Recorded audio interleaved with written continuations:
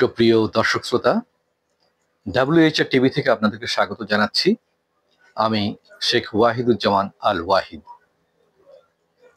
আপনারা আমাদের world human rights of বাংলাদেশের যে মানবাধিকার বিষয়ক কন্টেন্টগুলো দেখছেন, তারই ধারাবাহিকতায় আমরা আজকে আপনাদেরকে বাংলাদেশের সমসাময়িক যে সমস্যাগুলি, তার মধ্যে অন্যতম যে একটি সমস্যা, সেটি নিয়ে কিছু আলোকপাত করতে চাই, যে বিষয়ে অনেকেই অবগত আছেন এবং যেটি আমাদের জন্য অত্যন্ত উদ্বেগের বিষয় এবং আতঙ্কেরও বিষয়। সেটি হচ্ছে, আমরা যেই কথাটি খুব প্রচলিতভাবে সবার মুখে শুনি, সবাই কম বেশি বলে থাকেন, মব জাস্টিস। আসলে মব কথাটার সাথে জাস্টিস কথাটা তো আসে না।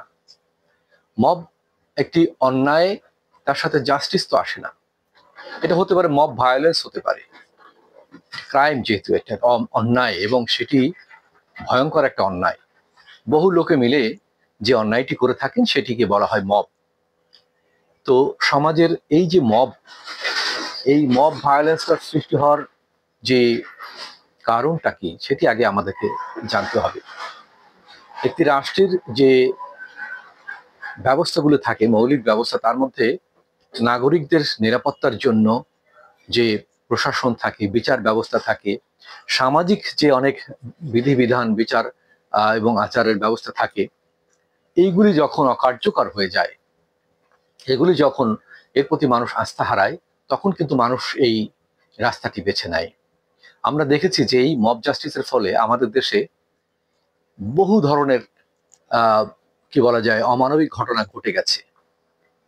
হ্যাঁ, এমনও হয়েছে যে একজন, আপনারা দেখেছেন, অনেকের হয়তো মনে আছে, পত্রপত্রিকায় ফলো করে আসছে এবং সেটি ছবি আমাদের কাছে ভিডিও আকারে রয়েছে, যে একজন একটা জায়গা থেকে একসময় দেখা যেত যে ছেলে ধরা বা মেয়ে ধরা, বাচ্চাদের তুলে নেওয়ার একটা হিড়িক ছিল স্কুল কলেজ থেকে। তেমনি নিজের মেয়ের জন্য টিফিন নিয়ে আসছেন, নিজের মেয়ের জন্য অপেক্ষায় আছেন, বোরকা পরিহিত একজনকে সন্দেহ করেছেন যে ইনি বোধহয় বাচ্চাদের তুলে নেওয়ার বাচ্চা অপহরণকারিনী। সেইটা মনে করে তাকে সবাই, একজন সেই ধরনের রব উঠালেন আর সবাই তাকে পিটিয়ে জঘন্যভাবে জায়গায় হত্যা করে ফেললেন। এবং সবচেয়ে হৃদয় বিদারক যে তার সেই নারীটির মৃতদেহের পরেও মানুষের যে ঘৃণা, যে ক্ষোভ, সেটা যেইভাবে আঘাত করে করে তারা প্রকাশ করেছে, যে নারকীয় যে অভিব্যক্তি, সেটি আসলে খুবই হৃদয় বিদারক, সেটি আমাদের জন্য খুবই লজ্জার। আমরা কবে এর থেকে মুক্তি পাবো? একটা জিনিস দেখুন, এই সমাজ ব্যবস্থা একদিনে গড়ে ওঠেনি, ধীরে ধীরে গড়ে উঠেছে।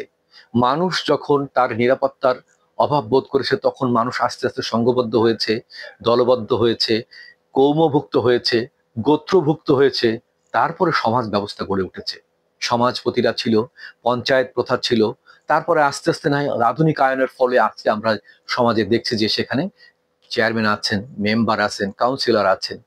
তারা সমাজের ওই এলাকা ভিত্তিক বিধিবিধান, নিয়ম কানুন রক্ষণাবেক্ষণের জন্য সরকারিভাবে, এবং আমরা সাংবিধানিক প্রক্রিয়ায় আমরা একজন জনপ্রতিনিধি হিসাবে তাকে আমরা ভোট দিয়ে আমরা নির্বাচিত করি এবং তার যে বিধিবিধান, সেই শাসনগুলো আমরা মেনে চলার চেষ্টা করি। কিন্তু ব্যাপার আছে, এখানে যে রাজনৈতিক প্রভাবের কারণে আমরা যখন তাদের কাছ থেকে ন্যায় বিচার বঞ্চিত হই, মানুষ যখন পুলিশের কাছ থেকে ন্যায় বিচার বঞ্চিত হয়, পুলিশের প্রশাসনিক দায়িত্বে যারা অবহেলা করেন অথবা উল্টো আচরণ করেন অথবা তার প্রতি নির্যাতন করেন, এরপরে আদালত তো আছে, যেখানে গিয়ে সে যখন দেখছে সে ন্যায় বিচার পাচ্ছে না, সর্বোচ্চ আদালতে গিয়েও দেখা যাচ্ছে কোনো মানুষ ন্যায় বিচার বঞ্চিত হচ্ছেন, হয়তো তার অর্থের জোর বা তার যে সামর্থ্য, তার যে সাক্ষী প্রমাণের অভাবের কারণে।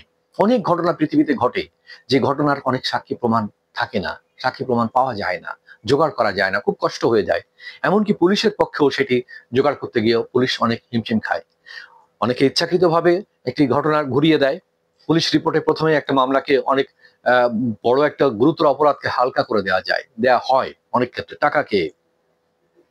তেমনি থানায় গিয়ে একটি লোক ন্যায্য ন্যায় বিচারের জন্য যে একটি জিডি করতে পারে না, একটি মামলা দায়ের করতে পারে না, আদালতের থেকে তাকে মামলা দায়ের করতে হয়, সেখান থেকে ওয়ারেন্ট আসে, তার তো আবার আসামিকে ধরা হয় না, ওয়ারেন্ট চাপিয়ে রাখা হয়। এরকম ঘটনা অহরহ আমাদের দেশে ঘটেছে। অথবা সন্দেহমূলক কাউকে ধরে নিয়ে থানায় নির্যাতন করা হয়, তাকে পুলিশ রিমান্ডের নামে অমানবিক অত্যাচার করা হয়। এইভাবে মানুষের মধ্যে যে ক্ষোভ, ঘৃণা, যে দুঃখ, কষ্ট, বেদনা পুঞ্জীভূত হতে থাকে, তার একটি কিন্তু প্রকাশ ঘটে এই মব ভায়োলেন্সের মাধ্যমে। আজকে রাজনৈতিক কারণে রাজনৈতিক নেতারা, রাজনৈতিক দলগুলো একে অপরকে দমন পীড়ন করার জন্য, তাকে শত্রু মনে করে তারপরে যে আচরণ করে, এই মব ভায়োলেন্স কিন্তু তারই অন্যতম একটি বহিঃপ্রকাশ। আমাদের দেশে যেটি ঘটছে যে এখন ভিন্ন মত অবলম্বী কেউ হলে তাকে ধরে নিয়ে মব ভায়োলেন্স তারপরে প্রয়োগ করা হয়, এবং একদল লোক এসে ওই হই হই করতে করতে হায়নার মতো এসে তার বাড়িতে যে আক্রমণ করে, তার বাড়ি লুট করে, আগুন দেয়, পোড়ায়, তাকে ধরে পিটিয়ে মেরে ফেলে।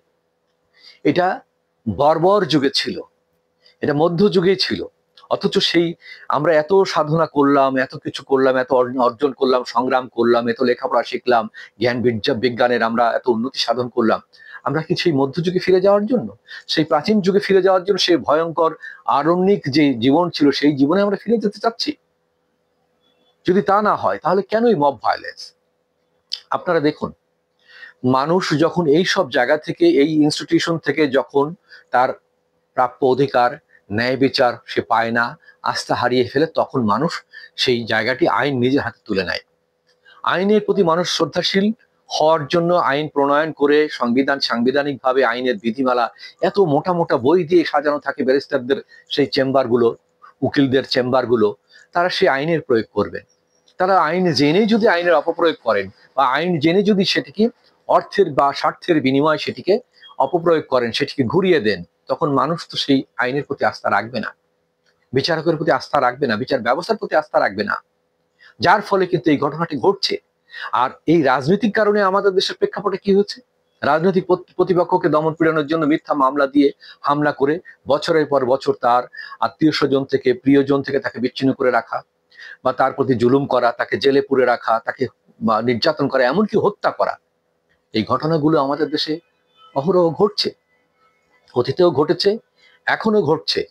কিন্তু তাহলে আমাদের এই যে গণতান্ত্রিক চর্চার যে উদ্দেশ্য, যে লক্ষ্য, এর লাভটা কি আমাদের? আসলে কি গণতান্ত্রিক চর্চা হচ্ছে? যদি হতো তাহলে এই মব ভায়োলেন্স কেন?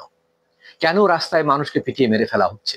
কেন একজনকে বলা হচ্ছে যে উনি অমুক দলের লোক, অমুক পার্টির লোক বলে তাকে ধরে নিয়ে আসেন, তাকে ধরেন, তাকে পিটান, মারেন? কেন?